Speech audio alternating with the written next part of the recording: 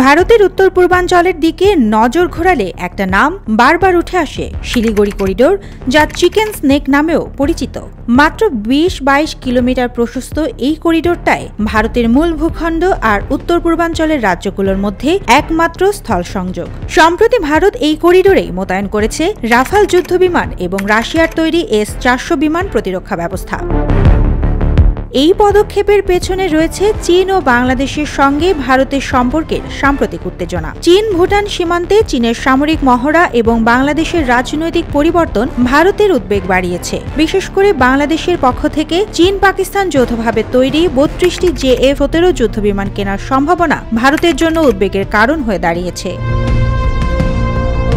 ভারত এই পরিস্থিতিতে তার পূর্ব সীমান্তে নজরদারি বাড়িয়েছে এবং আন্তর্জাতিক সীমান্তের ১০ কিলোমিটার অভ্যন্তরে ড্রোন ব্যবহার নিষিদ্ধ করেছে। এছাড়া শিলিগুড়ি করিডোরে দ্রুত সামরিক সমাবেশের জন্য রাস্তাঘাট, টানেল ও রেল সংযোগ শক্তিশালী করা হচ্ছে।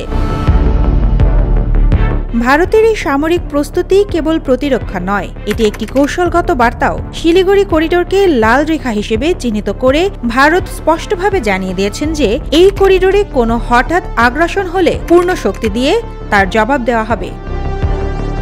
এই পরিস্থিতিতে বাংলাদেশের সঙ্গে ভারতের সম্পর্ক এবং দক্ষিণ এশিয়ার ভূরাজনৈতিক পরিস্থিতি আরও জটিল হয়ে উঠেছে। ভারতের এই পদক্ষেপগুলো কেবল প্রতিরক্ষা নয়, এটি একটি কৌশলগত হুঁশিয়ারি যা প্রতিবেশী দেশগুলোর জন্য স্পষ্ট বার্তা বহন করে। সুবর্ণা মেহজাবিন, দেশকাল নিউজ।